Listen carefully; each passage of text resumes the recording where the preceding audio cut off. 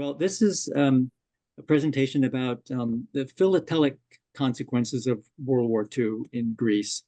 Needless to say, I'm not going to be talking in great detail about everything that happened uh, in Greece and during the war, but only the aspects of it that affected stamps. So there are three types of stamp issuing occasions that occurred because of the war. The first one was resulted from the Greek-Italian War of 1940. 1940, as you know, was a year of very expansive activity by the Axis powers. Germany invaded not only Czechoslovakia and Poland in the east, but also France and the Netherlands, and they were attacking Great Britain. And they more or less assigned Italy to invade Greece, which the Italians attempted to do by crossing the water and then marching down through Albania to northern Greece.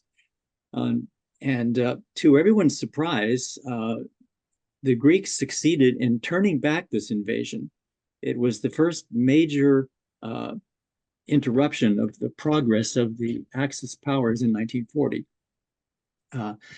This was a great moment of glory for Greece. It's even been compared to the Battle of Thermopylae in ancient times when the Greeks stopped the Persian invasion by trapping them. A small number of Greek soldiers stopped a large Persian, or slowed, shall we say, interrupted or slowed down an invasion by Persia. So then Greece proceeded to occupy southern Albania for a few months, and they issued stamps, which I'll show you. Then, for the majority of the war from 1941 to almost the end of 1944, Greece was occupied by Germany, Italy, and Bulgaria. They divided up the responsibility for occupying Greece and controlled different areas. So there, in each of these areas, the German, the Italian, and the Bulgarian, the postal service was handled somewhat differently. So we'll see examples of that.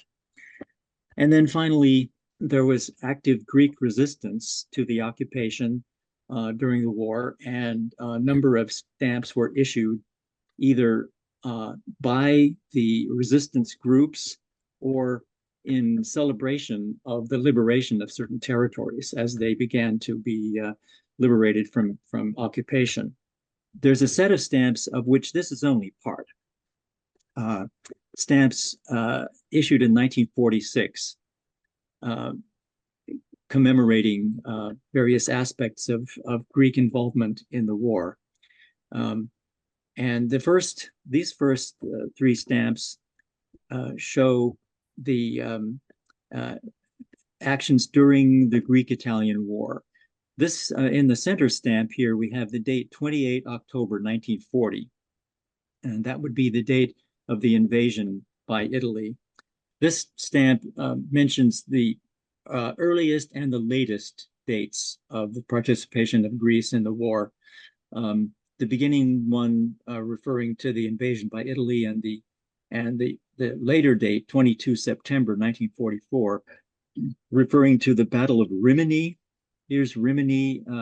This was part of the Italian campaign where the Allies joined forces in driving the Germans out of northern Italy. Italy, by that time itself, was out of the war in 1943, but the Germans still occupied the northern parts of Italy, and Greece was given the task, the Greek forces were given the task of driving the Germans out of this particular place, Rimini. And the reason that this job was given to the Greeks was said to be because Rimini is on or very near the Rubicon River, famous from ancient times when Julius Caesar crossed the Rubicon.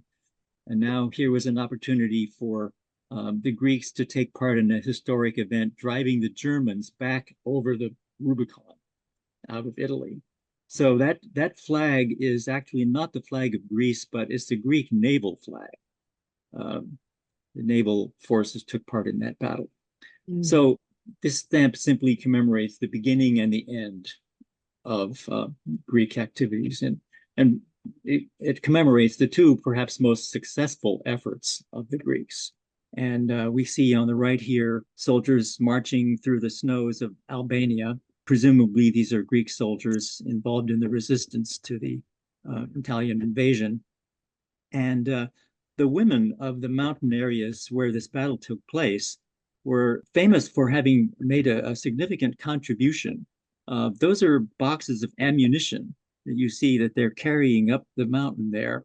So that's an aspect, an unusual aspect of this particular battle. The people of the region, this would be a region of Epirus, sometimes called, in the northern and western part of Greece. It's very mountainous, and uh, it was a scene of much activity in earlier times in the Balkan Wars and in World War One. So here's this battle monument to the heroic women of the Pindus Mountains. And these are two other stamps from the set I mentioned. The first one showing an event, the torpedoing of a ship. This actually took place on an island in the Aegean before the Italian invasion. One of the local Italian naval commanders in the area decided that this cruiser was a military resource that should be eliminated. So, on his own authority, he undertook to attack it. It was a famous provocative event. It did not cause Greece to come into the war, but certainly by that time, the Greeks were overwhelmingly in favor of the Allied cause, and this was one of the reasons. Finally, a monument to the Greek participation in the Battle of El Alamein. This, of course, is part of the North African campaign. The Greeks had a relatively small part, but a successful part in the Second Battle of El Alamein. And so this is a monument to Greek heroes of that particular action. You might ask why the Axis powers were eager to attack and occupy Greece, uh, which had a relatively small and not very effective military force compared to Germany or even Italy. Um, and the answer, I think, is in the strategic location of Greece. Um, you may remember from the discussions we've had about World War One that the Southern Front was rather critical to the ultimate success of the Allies. Starting in Egypt, they moved into Palestine and then up into Syria and forced the Turks to surrender. And then there was further movement on a front starting in Salonika, moving up into where the Germans and Austrians were occupying Serbia. So the Southern Front played a critical role in the success of the Allies in World War One. And I suppose you could say that the Germans and Italians were eager for this not to happen again. They uh, they wanted to control that area in the Eastern Mediterranean. Here are stamps issued for the Greek occupation of southern Albania. Uh, Helleniki Dikasis, Greek administration. And these overprints are on a set from 1937, the historical set, which contains many images showing Greek cultural artifacts and notable events in Greek history, emphasizing the heroic and successful actions of Greeks in various periods and battles. I mention this because these stamps were later to be replaced during the occupation when the Germans, the Italians, and the Bulgarians occupied Greece. They replaced these stamps with another set that is totally bland and has nothing to do with Greek history or pride or culture. It's just views, pretty landscapes. I can tell you what a few of these things are. Of course, the famous statues, the statue of Zeus on the 20 lepta stamp, the Venus of Milo on the 80 lepta. This is a celebration of an Olympic victor in ancient times. The three stamps in the center are simply the current Greek king, George II. This 6 lepta stamp shows Alexander the Great in the Battle of Issos, a critical battle and his eastward march against the Persians, against King Darius. The 7 lepta is actually St. Paul preaching in Athens. Then on the 10, this is a famous cathedral in Thessalonica. And this stamp, 15 drachmae, is a scene. It's kind of hard to make out what's happening there, but it turns out this is a Byzantine king, Leo III. This is a picture of his battle against the Arabs in 740 CE. This is an event in which the movement of the Arabs, which had started, after the death of Muhammad, they quickly moved out into the surrounding areas, into the Near East and across North Africa, and eventually got to Spain. But they were stopped in Greece by this battle in 740, King Leo III. So this is an actual commercial cover in the sense that not merely a philatelic item, using these stamps mailed from Korica, which is in southern Albania. It's a place that we've heard of before. Korica was occupied by the Greeks in World War I. And then when the French forces were moving up on the southern front and they arrived in this area, they gave control of Korica to the Albanians, who set up a short-lived republic there. Ultimately, after the war, Korica returned to Albania as it had originally been, but it was occupied in World War I and now again in World War II by the Greeks. So here's a small cover sent from Korica to Athens. This is the Athens receiving mark down here. And of course, a censor mark, Logokrizia, censorship. And this is censor number 3 in Korica. They also overprinted another set of stamps with the same Greek administration overprint. This is a rather nice looking set, I think, issued in 1940, just before the war started, celebrating the Greek youth organization. This is the stamps. These are the airmail stamps of the set. It had both regular issues and airmails. The airmail stamps on another cover from Korica to Athens with the same censor marking. I find these stamps very attractive, and I provide close-ups here. This would be the famous rock towers of Meteora, where there are actually monasteries constructed at the very tip top of these things, which are only accessible, at least in the past, they were only accessible by hauling people up in baskets. Somehow they managed to build these things, but it was very, very difficult to actually walk up to the top. So visitors would be hauled up in baskets. This is one of the monasteries at Mount Athos, and the island of Santorini, famous tourist location now. And finally, the one on the right is Corfu, and you can see why it's referred to as by the name Corfu, which means hills.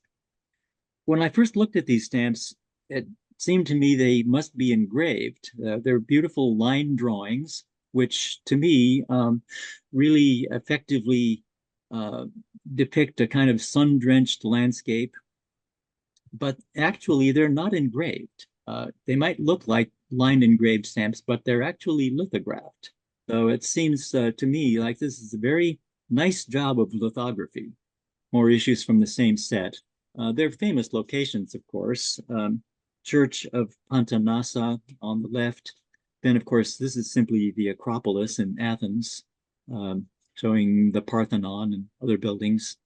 And two more ancient ruins of temples, the Erechtheum and finally a temple of Nike, goddess of victory. Now, this map shows the way the occupation of Greece was divided between the three allies, Germany, Italy, and Bulgaria. The Germans, you will note, indicated by the red portions, the Germans occupied Athens and Thessalonica, um, and some of the more important islands, Limnos and Mytilene, Samos. Um, they left the Italians to uh, occupy the majority of the Greek territory here outside of Athens and Thessalonica. And the Bulgarians then occupied this portion here, which this is territory that actually had once belonged to Bulgaria during World War I. In fact, from the Balkan Wars through the end of World War I, this was actually Bulgarian territory, and they occupied it once again in World War II. The three occupying powers handled the stamps somewhat differently. The Germans did not issue any special stamps. There were no occupation issues by the Germans. The Italians did issue some, but only for the Ionian Islands. That would be these islands on the west here, which are the closest part of Greece to Italy, including Corfu, which is here. They clearly hoped that that would be incorporated in their territory after the war if they had been successful. The Bulgarians also didn't issue any special stamps, but they used ordinary Bulgarian stamps in this territory. And I'll show you an example of that. For the most part, the occupying powers simply allowed the the Greek postal service to continue to operate with a new set of stamps. These are what they're called the views issue, which took the place of the historical issue. And you can see these are, to me, much less distinguished looking stamps. They're not well produced. And the scenes, I mean, they're pretty scenes, but they're ordinary and make no reference to Greek history or success in battle or anything of that sort. There are a few places we could take note of here. The upper right stamp, that's the harbor of Candia in Crete, an ancient harbor. This is Meteora, again, the location where the monasteries are built on top of rock pinnacles. And this is an Ottoman era bridge. It's a very typical Ottoman construction in Epirus, which of course had been in the Ottoman Empire not that long ago. More stamps of the same set. This is Corfu again, view across the water. These rather undistinguished stamps are extremely common, as in the case with certain other German issues during the war. They were produced in vast quantities, and they're much, much more common unused than used. Okay, the Italians did overprint their own stamps for the Ionian Islands. We saw these in my presentation on the Ionian Islands, Isola Ionia. And after the Italians left, the Germans took over. Once the Italians were out of the war, were defeated by the Allies, the Germans took over the occupying areas that they had controlled. And this is October 2nd, 1943. Now, these stamps are actually of questionable validity as actual postage stamps. There's very little evidence of their actually having been used. They were only available for a few days. on the island itself. And so some writers about the subject say that these really shouldn't be included. They're just, they're, shall we say, fantasy items that don't represent use by an actual postal system. The Germans, as I said, didn't issue any special occupation stamps, but they did provide stamps for their soldiers to use in mail from wherever they were located back to Germany. These are the Luftfeldpost stamps that our friend Tom Gertz collects and studies. This particular cover has no return address, only a number. And if you, there are ways of studying these numbers and figuring out where this soldier was stationed when he sent the letter. But inside, there's no return address. It just says in the East. So Greece and the Greek islands would be included in what they considered the East at that time. It could have been Poland, it could have been Czechoslovakia, or anywhere else. And so I can't say for sure that this was mailed from Greece, but Greece was part of the area that was served by this system. A few of these stamps were overprinted specially for use in the Greek islands. The last phase of the German occupation of Greece was in the islands, and one of the local commanders authorized the overprinting of these stamps, Inselpost, or island postage. His superior then countermanded this order and ordered that the stamps be destroyed. So only a few of them survived, and of course a few made their way into the philatelic world, but they're rare and expensive. This, by the way, is not mine. I don't own one of these. It's an image I got from a catalog. Here's an example of a Bulgarian stamp used in Kavala, a coastal city in Thrace, which the Bulgarians were occupying. And as I said, this had for a time belonged to Bulgaria when for a few years they actually had a seacoast on the Aegean Sea. And in World War II, they again occupied Bulgaria. Letters sent from Kavala to Sofia, Bulgaria. Now on to the resistance. There were two main organizations that resisted the occupation, and they engaged in sabotage and gradually, especially in the outlying mountainous areas, they succeeded in actually driving the Germans out and liberating one territory at a time. So there was the EAM and its military wing, the ELAS, or Greek People's Liberation Army. This was a very left-leaning or communist-oriented group, which was highly successful in its activities, as were the partisans, the communist-oriented partisans in Yugoslavia and elsewhere, in Albania, for example.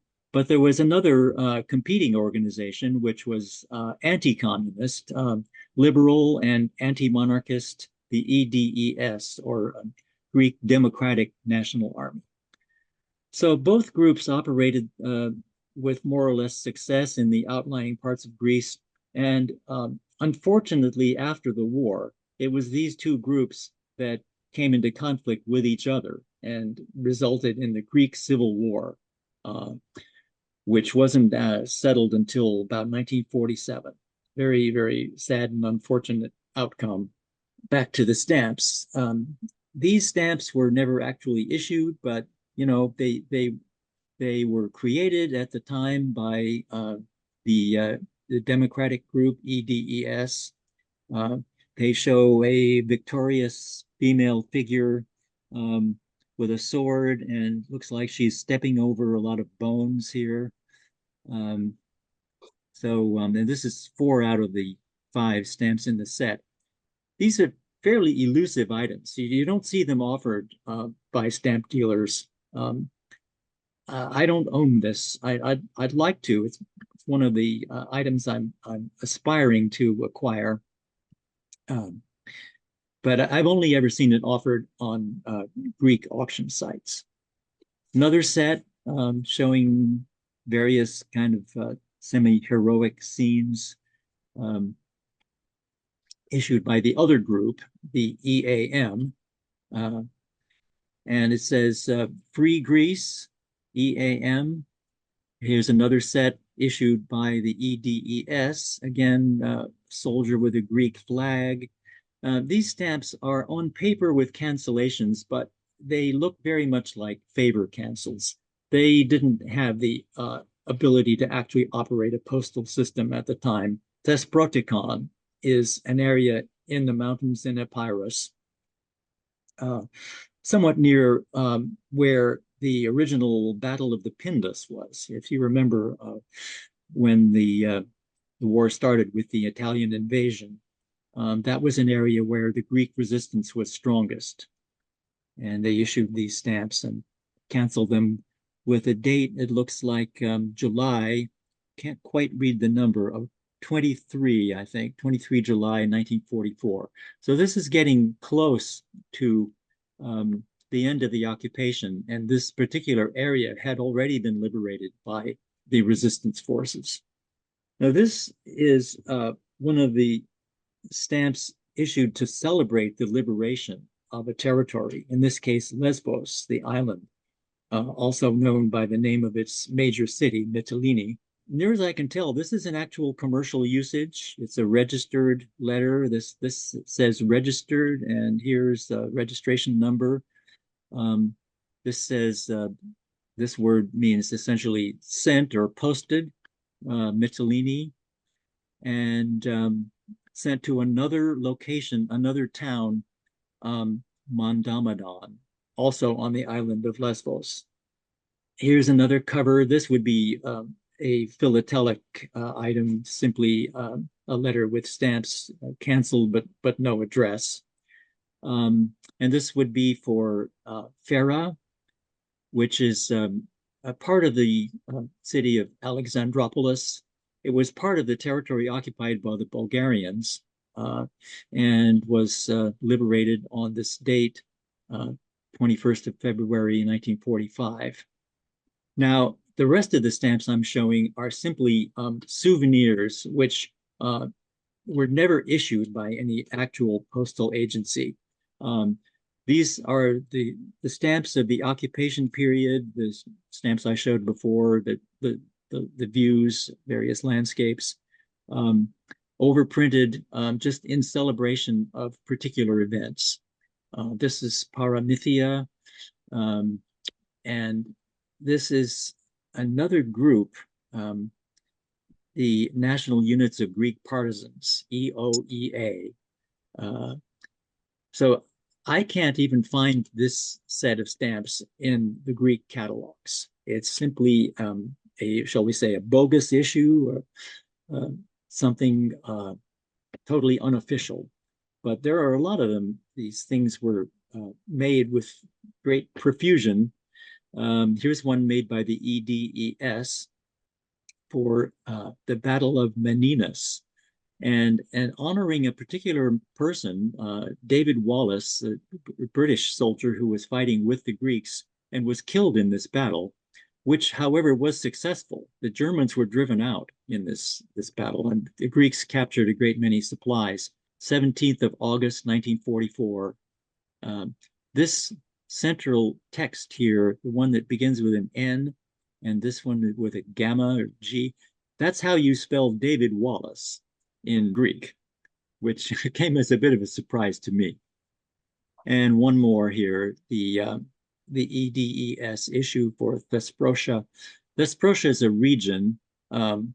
Igoumenitsa and Philiates are towns that were liberated by the EDES. 25 years after the war, in 1969, this set of stamps was issued to commemorate the liberation of Greece, and has some interesting markings. This just says 25th anniversary of liberation, 1944 to 1969. There are quotations. This is a first day cover, and there are quotations here from Winston Churchill and Franklin Roosevelt, which I went to the trouble of translating I can't read Greek, but I can translate it with the use of a dictionary because I know enough of the letters and the grammar and so forth. Churchill said, "We are amazed at the valor of the Greeks, who proved themselves against superior numbers and armaments. It reminds us of the classical era. Long live Greece." And Roosevelt said, "More important is the fact that Greece continued the fight through whatever means it had at its disposal." Here's a close-up of the stamps themselves. The one on the right is interesting. Yes, this shows significant actions of the Greeks in the war.